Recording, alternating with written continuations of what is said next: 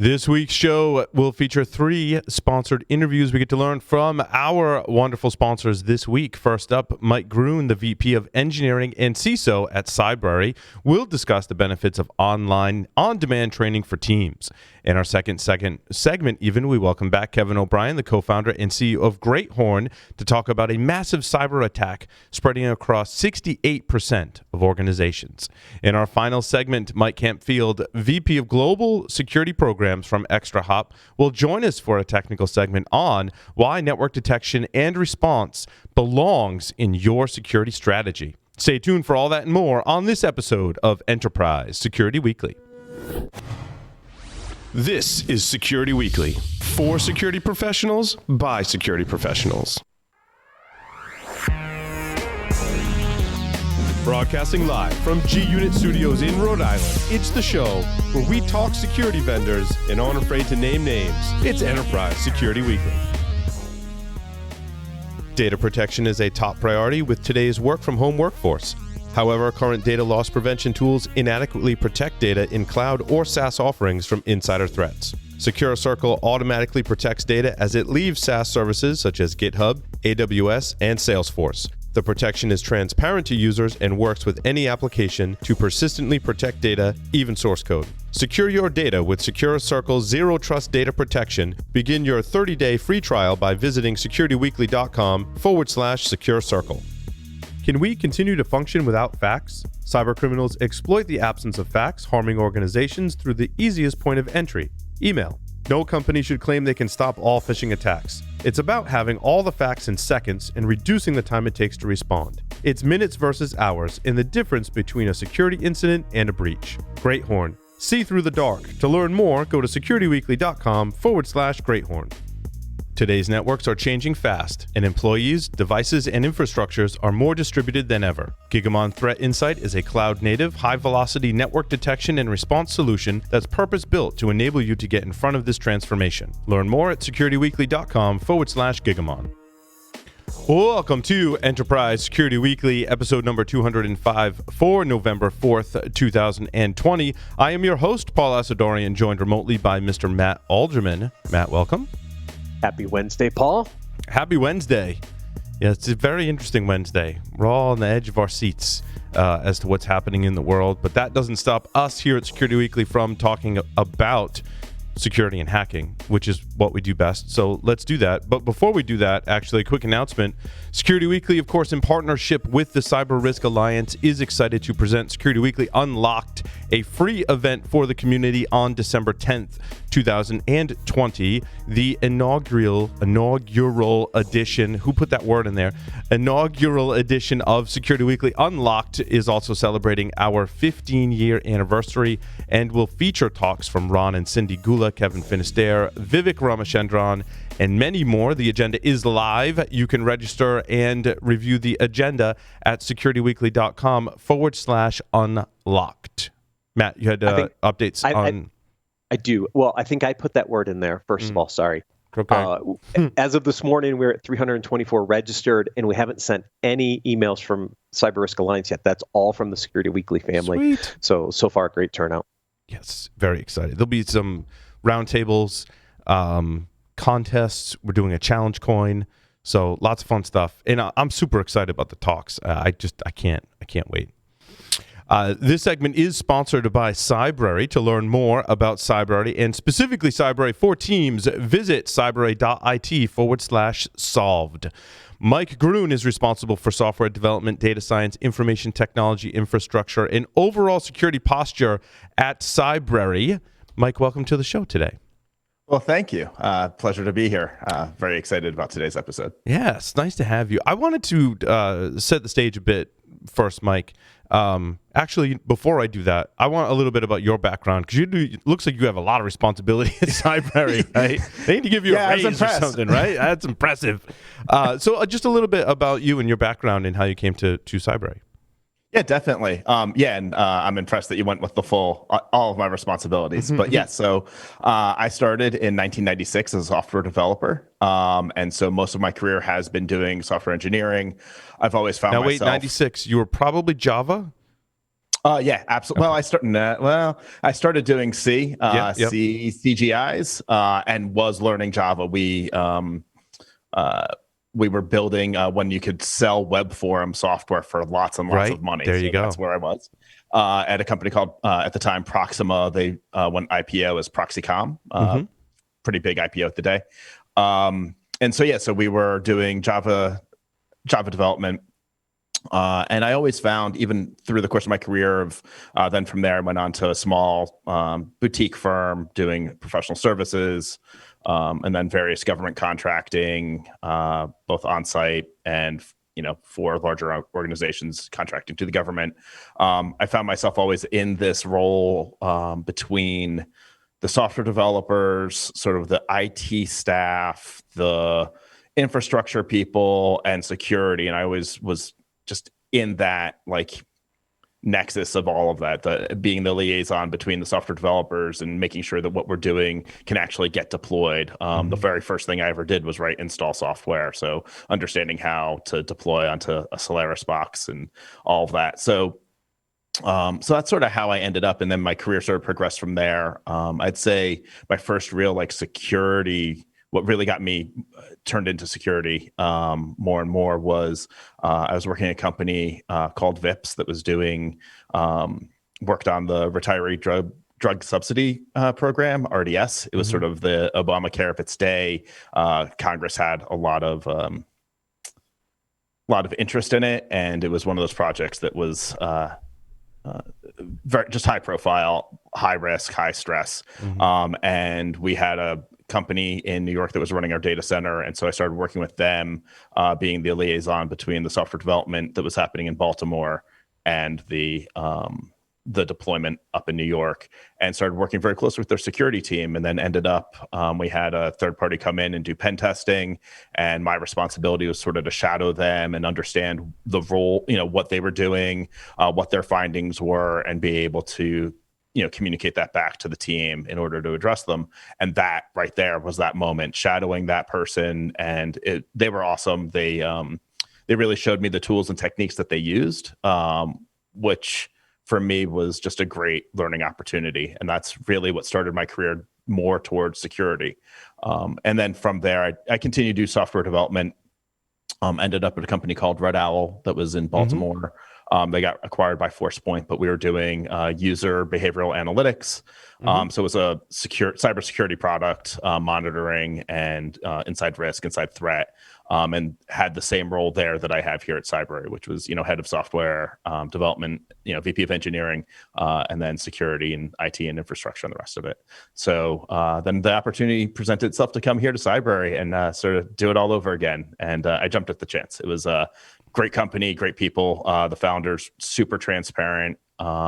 And it was nice to be in a role where I wasn't actually building a security tool, where I was using technology to do things that technology does really well, which is deliver training, deliver videos, deliver content, which is much more freeing from a technology perspective, because then I get to use a lot more SaaS. I don't have to build as much, sort of intellectual property.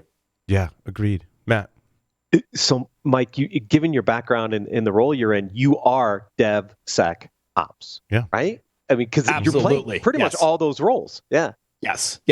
And so, right, one of the first things I did when I got here was really, it was a very small company when I got here. I think I'm employee 19. There were 5 engineers. There was one person who was sort of doing the infrastructure.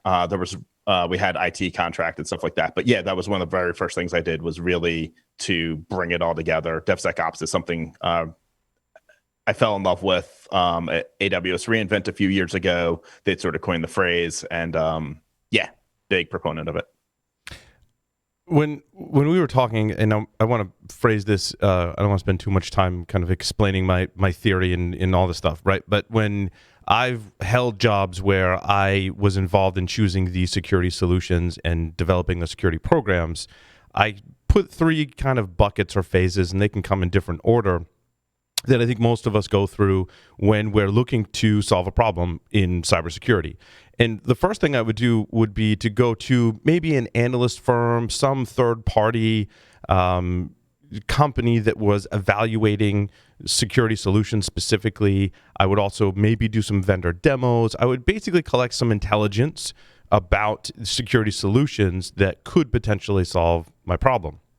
Second thing I would do is I would go to my peer groups. And when I worked for the university, there were a lot of different peer groups I could go to and ask them, hey, how are you solving this problem? Like, we're all in the university, so we're all had more of the similar types of problems in that vertical. And we would, have discussions in forums, and I would get advice from people in the university space.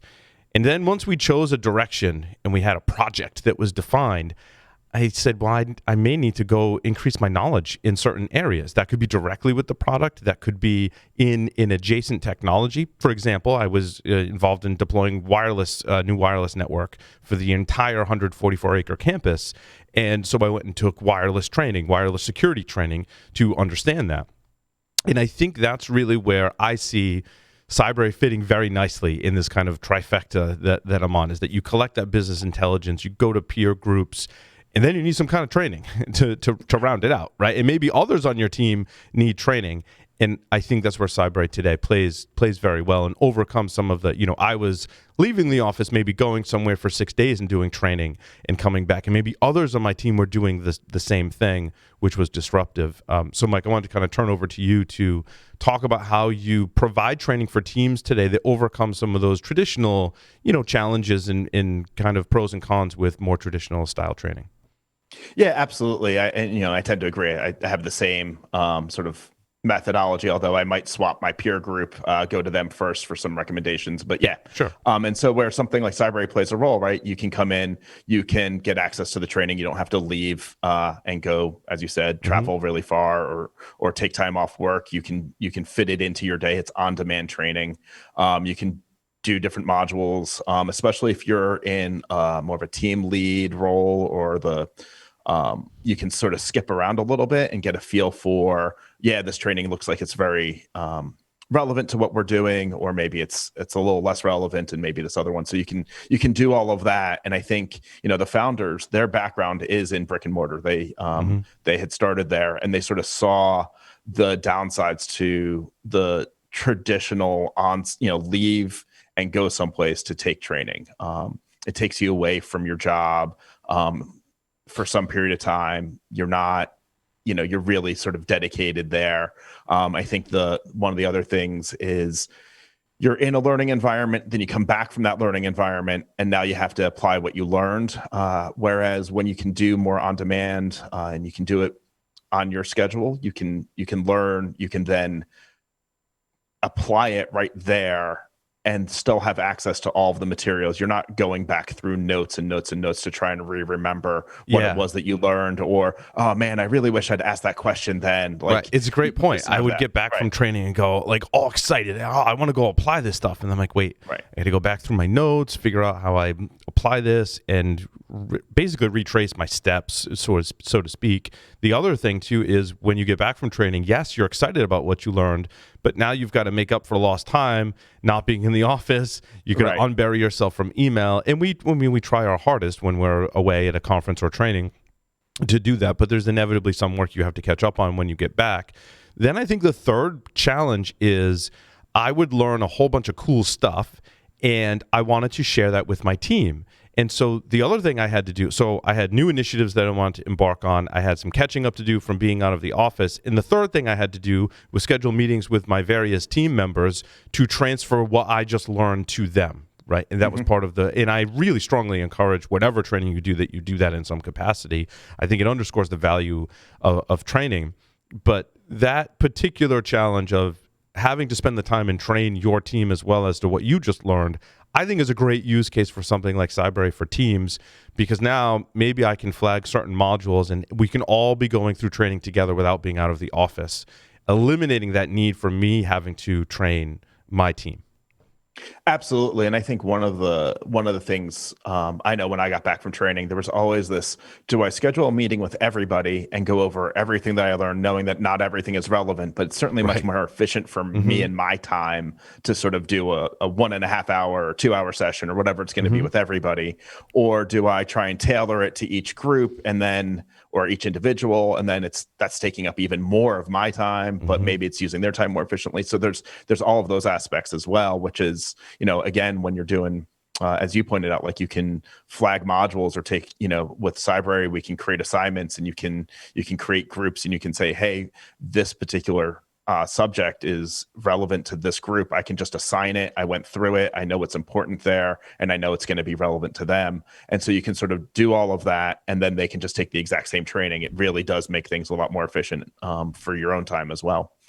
As someone going through it. So if you're that first person sort of going through and figuring out what makes sense for the rest of the team to take. Matt. So one of the, I think, challenges with on-demand versus on-prem is, how do you replicate the labs?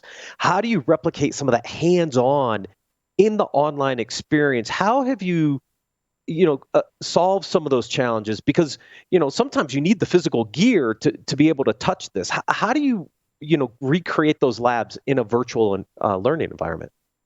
So that's a great question. Thank you. So yeah, we have lab environments. It's all 100% browser based. You don't have to download anything.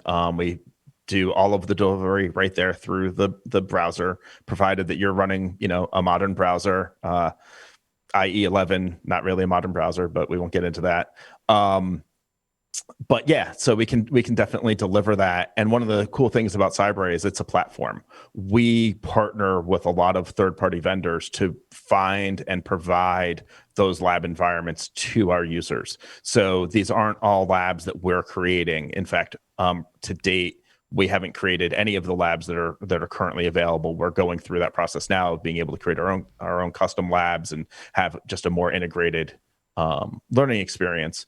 But the labs that we do provide are all third party, which is great. So we can select best of breed. We have lots of vendors, and we can bring in the right labs. So that's how we're solving that problem. It's definitely going to be one of those challenges as we move forward. Making sure that we continue to have those environments and that access to you.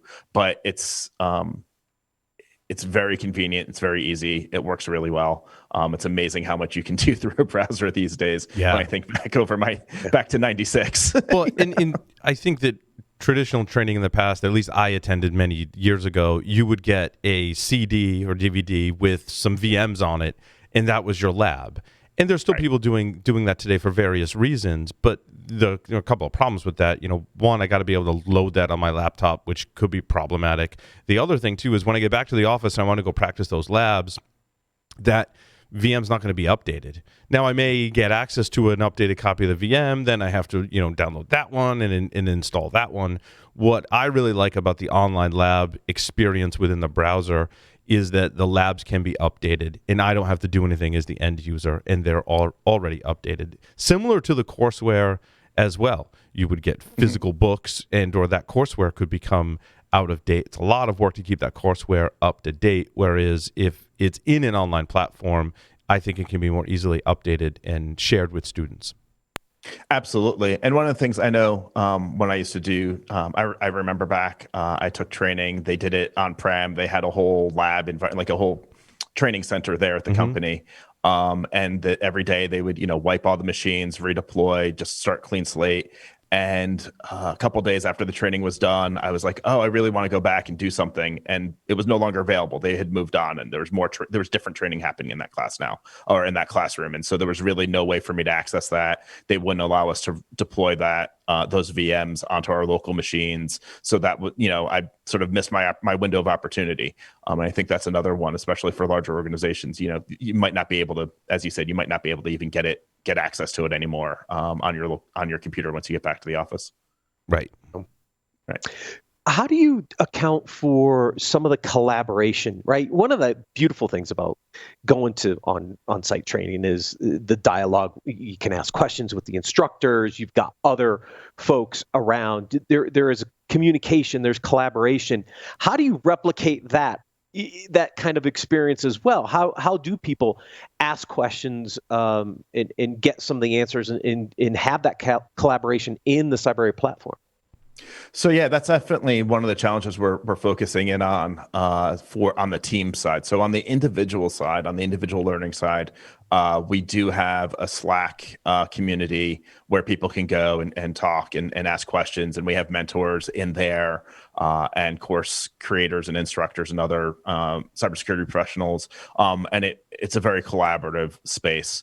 What we're looking to do and in this coming year is figure out how do we provide a similar environment for enterprises, for teams, for businesses in a way that still also doesn't sort of conflict with maybe their own security or privacy concerns. I know, and maybe this is me just projecting a little bit from my days at Red Owl, where communications were very, very important, and monitoring everything that people were saying, especially about what we're doing from a security perspective, that was all very, very important to our customers. Like, they didn't want that information out there. And so we just need to make sure that as we're figuring out how we're going to make that environment for teams, how do we make it in a way that they can collaborate with each other, collaborate with other members of the community, but in a way that is, still adhering to, their own company values and security and privacy concerns. So it's definitely been a challenge. Yeah, I think it's a challenge for a lot of organizations across the board. I mean, even from our perspective, I mean, if you think about physical events going to virtual events, you think about what we do with the podcast and our Discord server, right, to try to continue to bring that engagement and allow that collaboration to happen. It's a challenge for everybody. So, not being physical, limits how much of that you can do. So as you guys figure that out, I'd love to know kind of what you're thinking or what you're doing, because I think a lot of people would like to understand, how do they do that more holistically in a very remote world? Yeah, I mean, and we were just talking this week about from a product roadmap perspective, what we're going to do there, which is really more around community and forums and other things that used to be on the platform. We sort of got away from it, and we're going to be bringing back. And I think bringing them back in a way that really enables and empowers that business and that team's use case is one of the areas, and making it also just easier for people to ask questions about the courses they're in of the instructor. So stay tuned. We'll definitely be solving that problem very soon, because it is one of the biggest challenges when, especially when you're a smaller company and you're sort of working by yourself, or maybe there's only a couple of you doing the lab or the course or whatever. It's definitely much more of a challenge. Whereas if you have a larger organization, frequently there's a subject matter expert within your organization that can actually help you. So yep, definitely one of our challenges. One of the nicer things that we do for our teams, though, we do have a customer success manager that we provide, and we really work with the individual companies to build the courses and the curriculum and what we're going to do and what we're going to provide. Yeah, and so Mike, I had a question about there's that. Constant check-in. Yeah, go on. So when I have a team and I want to, I guess there's two things. I want to know who's good at what, and that it's applicable to the technology I have and the technology I'm planning to have. And then I also want to know where some of my gaps are in skills in my team, so that I can provide the appropriate training to kind of tie back to what you were just saying. How does that kind of all play out in Cybrary for teams to solve that problem? Yeah. So the way that works, well, there's an assessment aspect to our platform as well. So we can come in, have the team take that and give the administrator or the owner a gap analysis. And then we work with you to plan that all out. And as I was saying, we really see it as a partnership. Our customer success managers work really, really closely with the admins and owners of the platform, your instance, if you will, your courses and curriculum and stuff. And so if there are questions, if there are things that come up, things can definitely be fielded by them. And then we have our creator community, they're plugged into that and able to get those answers as well. So that's right now. Yeah, because it's somewhat subjective. And I think I was giving you some examples. I was using it in a training platform. I'm like, I really want to learn this language and this specific feature, but I don't know where I'm at in my skills level. And you can take a skills assessment test and then start where it wants you to start. And oftentimes, at least I find, I like to go back a little sooner than what it recommended, because I'm like, I really just want a refresher, because I might use that technology and be familiar with it, but I want to go back and get a refresher on all of that before I go forward. That's why I think having a customer care person who's helping your team go through that, and a manager, if I were the manager, I'd be say it's okay to go back and get a refresher on some of your skills. There's no penalty for that. I would encourage my team to do that so that you can understand better the material that's coming up. Yeah, absolutely. And I think that's another area that we're focused in really for teams is making that a little bit easier. Right now, a lot of our courses are a little larger and heavier weight. So it's knowing exactly where to start might be a little bit more of a challenge. Whereas as we're looking ahead to the new courses and the new way we want to deliver things in a very skills oriented way, hands-on first, being able to do those assessments and get you into the relevant content. And then, as you said, right, be able to sort of recommend maybe backing up a little bit, or maybe we put you too early and allow you to skip ahead. Skip ahead too, sure. Yep. And I think it's especially important in today's world when we talk about, I think really Devsecops and cloud as an entire category. Technology is moving really fast in those areas, and knowing where your gaps are in your team and knowing how to get that knowledge and skills up to speed. And again, I don't think that has to be a whole ton of real world experience. When we're planning out, transitioning from on-premise to some type of cloud infrastructure to cloud native, we need to learn a lot of the terminology. I think that's where I'll actually turn to more training. I think, Mike, you and I had this conversation where, some training I may just like cut to right where I think I need to start and pick up on my learning because I know everything in the first couple of modules, or at least I think I do. But with certain technologies, Kubernetes as an example, it's got like its own terminology. And I'm like, that's one where I just need to step back and take a class on. So I think a lot of these newer technologies, it's really important to have that formal training because with cloud native, for example, that cloud provider has its own language and terminology. You're familiar with the fundamental concepts, but you have to really kind of dig in and learn their lingo and things like that. Well, and also their whole mindset and how you should approach it. I think it's easy if you sort of skip over the foundations and you take a lot of your own experience of how you think it should work and then just sort of dive in. You can make, I wouldn't say mistakes, but you can make sort of some poor choices, architecture choices versus on cloud, in the cloud are just so completely different things that you need to really understand like what is the best approach here.